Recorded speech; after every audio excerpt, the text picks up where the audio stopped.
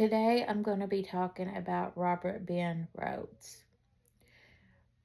Robert Ben Rhoades, from an early age, his father was really abusive to him, and his father would end up going to prison, but when he got out of prison, he ended up taking his own life. Robert was married 3 times, and he has one kid, but we don't know a lot about his 2 wives. But his third wife spoke about how she went to this one party one time and that he was about to basically rape a girl unconscious, and she said that he would do a lot of things that made her feel uncomfortable. Like, she would say that if she was in pain, he would always want to be around her. Like, he enjoyed when she was in pain. He would even go as far to sexually assault her when she was in pain. And he was a truck driver, but there was a time that he hurt his arm and he had to be out for a while. And she said that when he would wake up at the hospital, he would just pull the IVs out of his arm. And she got to the point where she had just had enough. So after 2 years of marriage, she decided to leave. She had had enough. One young woman was needing a ride, and he told her that he could give her a ride. And she said that at one point he made her go in the back because he had a knife at her. And she was begging for her life. And he only said one word to her, and that was run. And she ran. And she would survive.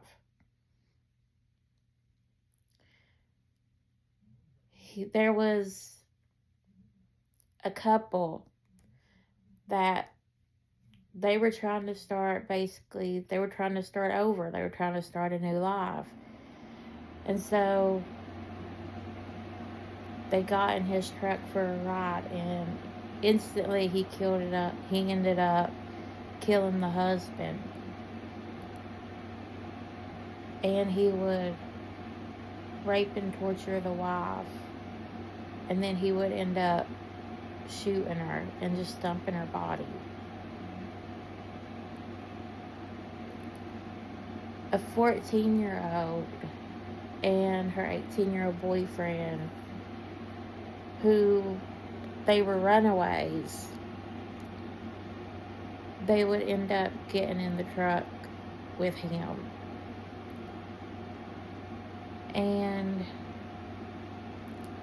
he would kill the boyfriend, and he would keep the young girl for a while and torture her, and he would cut their hair really short. He would do that to all of them. All of his victims, he would cut their hairs really short. And he would take photographs.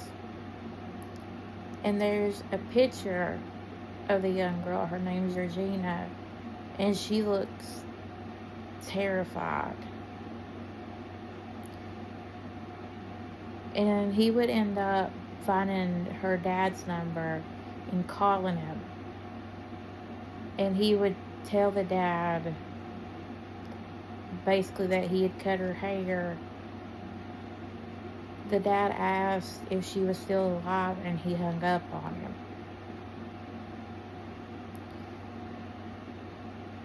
Then he would end up calling back, telling the mom he wanted to meet with her. But when the police went to where he was going to be, he left. He wasn't there. Another young woman who got a ride from him, he would do the same thing.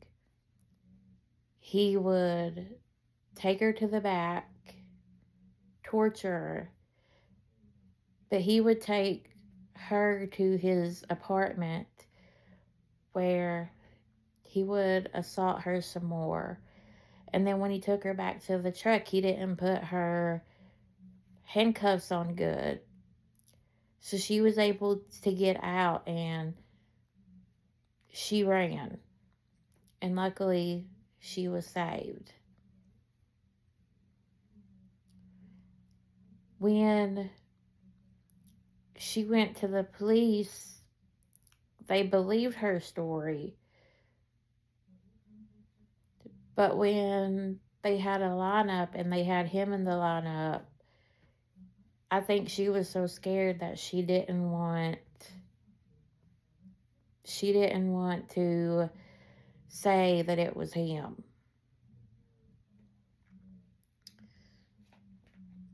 So the police are on to him.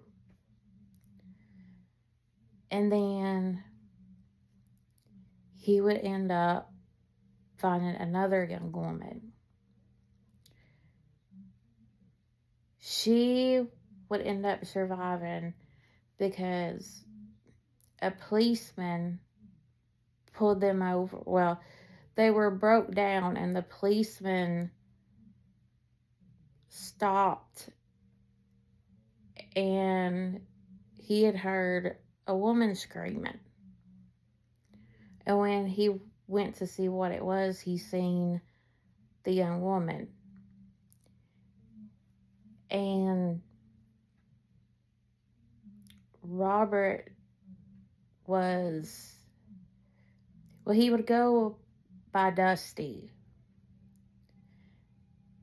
And he was trying to get the cop to not look, but the cop did. And so he was arrested. But at this point, they still didn't know that he was the killer. So he got out with a plea deal. They got a warrant, though, to search his house, and that is where they would find pictures. They would find pictures of Regina, and they would find pictures of other victims. So he was taken, and he was arrested, and still today he's in prison. Thank you guys so much for watching. Please like and subscribe. Let me know what you all think. And I appreciate you all.